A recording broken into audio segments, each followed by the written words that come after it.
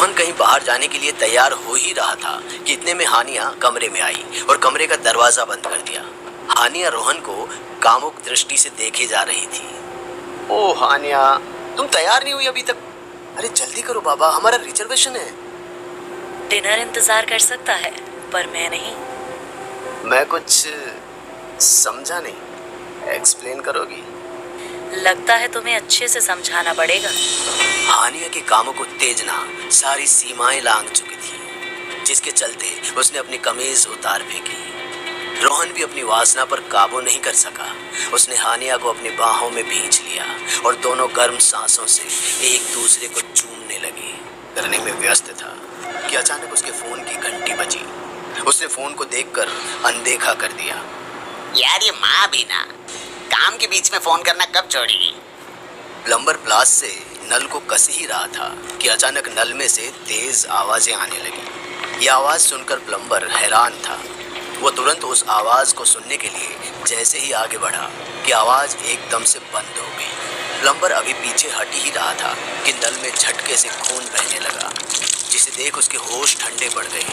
उसने कोशिश की कि नल किसी तरह से बंद हो जाए, पर उसकी सारी कोशिशें बेकार रहीं। अंततः जब इस मुसीबत का कोई हल नहीं निकला तो उसने भागना ही बेहतर समझा, मगर किसी ने उसका हाथ कसकर पकड़ लिया। प्लम्बर ने जब नजरें घुमाई तो उसे सूट बूट में एक अधेड़ उम्र का आदमी दिखाई दिया, जिसकी आंख कुएं से भी ज्यादा गहरी थी। वो प्लम्बर को देख ऐसे मुस्कुरा रहा था मानो उसे अभी खा जाएगा। तुम्हें अपनी माँ से बात कर लेनी चाहिए, कम से कम थोड़ा इमोशन तो मिलता। बोरिंग लोगों की इस दुनिया में और मेरे शो में कोई जगह नहीं। इतना कहते ही अधेड़ उम्र के आदमी ने प्लम्बर का सर उसी बेसिन में घुसा दिया जो खून से भर चुका था। प्लम्बर एक एक सांस के लिए छटपटा रहा था, मगर उसे मिली तो सिर्फ मौत। प्लम्बर के मरते ही वो अनजान अधेड़ उम्र का शख्स भी अब गायब हो चुका था। रोहन और हानिया शादी के एक हफ्ते बाद पुणे शिफ्ट हो चुके थे। रोहन की कंपनी ने उसे प्रमोशन और शादी के तोहफे में ये फ्लैट 6C गिफ्ट किया था। रोहन और हानिया अभी फ्लैट में घुसे ही थे कि अचानक घर की बिजली चली गई। हानिया अंधेरे से बहुत डरती थी, जिसके चलते उसने रोहन का हाथ कसकर पकड़ लिया। अरे बाबा, मैं हूं ना तुम्हारा रोहन, डरो मत, रुको मुझे फ्लैश जलाने दो। रोहन के फ्लैश जलाते ही उस अंधेरे फ्लैट में कुछ उजाला हुआ और दोनों ने अपना लगेज एक किनारे लगाया और थकान के चलते दोनों सोफे पर बैठते ही सो गए। मगर उस अनजान फ्लैट में वो शख्स भी था जो दूसरे सोफे पे बैठ उन्हें देख रहा था। उसके चेहरे पर हल्की सी मुस्कान आई और उसने अपनी बुलंद आवाज में कहा, Let's the show begin. उसके इतना कहते ही दोनों की नींद खुल गई और बाहर कोई जोर से दरवाजा पीटने लगा। बिना बिजली के इतनी रात को किसी का जोर से दरवाजा पीटना हानिया को बेचैन कर रहा था। उसका हलक सूखने को हो गया था कि तभी रोहन के फोन की घंटी बजी। रोहन ने फोन चेक किया तो पाया कि दरवाजे पर डिलीवरी वाला उनका ऑर्डर लेकर आया है। रोहन और हानिया मेज पर मोमबत्ती जलाए एक बेहद खूबसूरत कैंडल लाइट डिनर कर रहे थे। हानिया बेहद प्यार से रोहन को अपने हाथों से खिला रही थी। बेबी, तुम्हें हमारी पहली डेट याद है? भला वो मैं कैसे भूल सकता हूँ, कॉलेज के बाद कितने चक्कर लगाए थे मैंने।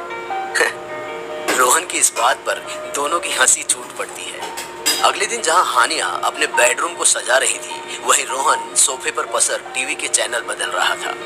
तुरंत उसकी नजर एक ऐसे शो पर पड़ी जो काफी आकर्षक लग रहा था।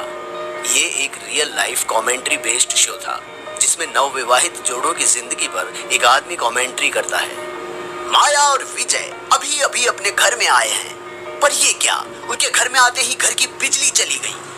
ये शो तो मुझे कल रात का फ्लैशबैक दे रहा है। बिजली भले ही चली गई हो, पर माया और विजय का प्यार अभी भी बरकरार था।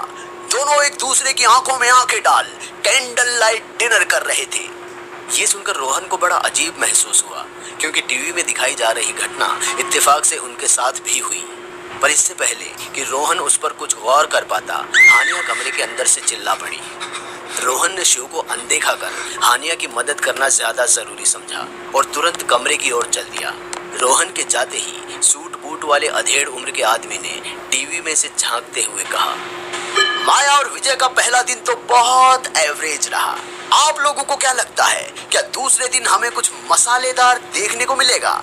Stay tuned. रोहन अगले दिन एक बार फिर सोफे पर लेटकर वही शो देख रहा था। माया और विजय को आज एक डिनर पर जाना है, मगर माया पर काम वासना इस कदर भारी है कि वो अपने जिस्म से कपड़े उतार कर रोहन को अपनी ओर आकर्षित करने लगी। रोहन भी अपने कपड़े उतार हानिया को अपनी बाहों में भरने लगा। रोहन जो शो को एक दर्शक की तरह देख रहा था, अपना और हानिया का नाम सुन और उनके कल रात के निजी क्षणों को टीवी पर देख दंग रह गया, जिसके चलते उसने टीवी बंद करना चाहा, पर टीवी था कि बंद होने का नाम ही नहीं ले रहा था। आखिरकार रोहन ने टीवी के स्विच को निकालना ही बेहतर समझा, मगर टीवी फिर भी बंद ना हुआ। आखिरकार पूरे लाइव टेलीकास्ट के बाद शो के मेजबान मिस्टर शो टीवी स्क्रीन पर आए और रोहन को देखते हुए बोले, उम्मीद है आपको ये एपिसोड पसंद आया होगा। जल्द ही मिलेंगे आपसे आखिरी एपिसोड में। रोहन ये सब देखकर डर से थर्रा उठा था। अचानक उसे बाथरूम से हानिया के चिल्लाने की आवाज आई। बिना कुछ सोचे वो बाथरूम की ओर दौड़ पड़ा, पर दरवाजा अंदर से बंद था। रोहन ने कई बार दरवाजा पीटा, पर जवाब में मिली तो बस हानिया की चीख। कुछ देर बाद जब दरवाजा खुला तो रोती बिलखती हानिया बाथरोब पहने हुए सर से पांव तक खून में नहाई हुई थी। वो इतनी सदमे में थी कि उसकी नजरें नीची और हाथ पांव कांप रहे थे। अपनी बीवी को सुरक्षित देख रोहन को कुछ देर के लिए चैन मिला और उसे गले लगाते हुए पूछने लगा, हनु हनु तुम ठीक तो हो ना? तुम्हारी चीख सुनकर मुझे लगा कि मैंने तुम्हें कहीं खो तो नहीं दिया। अंदर क्या हुआ? वो अंदर बाथटब में मैं शावर ले रही थी और मुझ पर खून। बाहर निकली तो देखा बाथटब में वो कौन?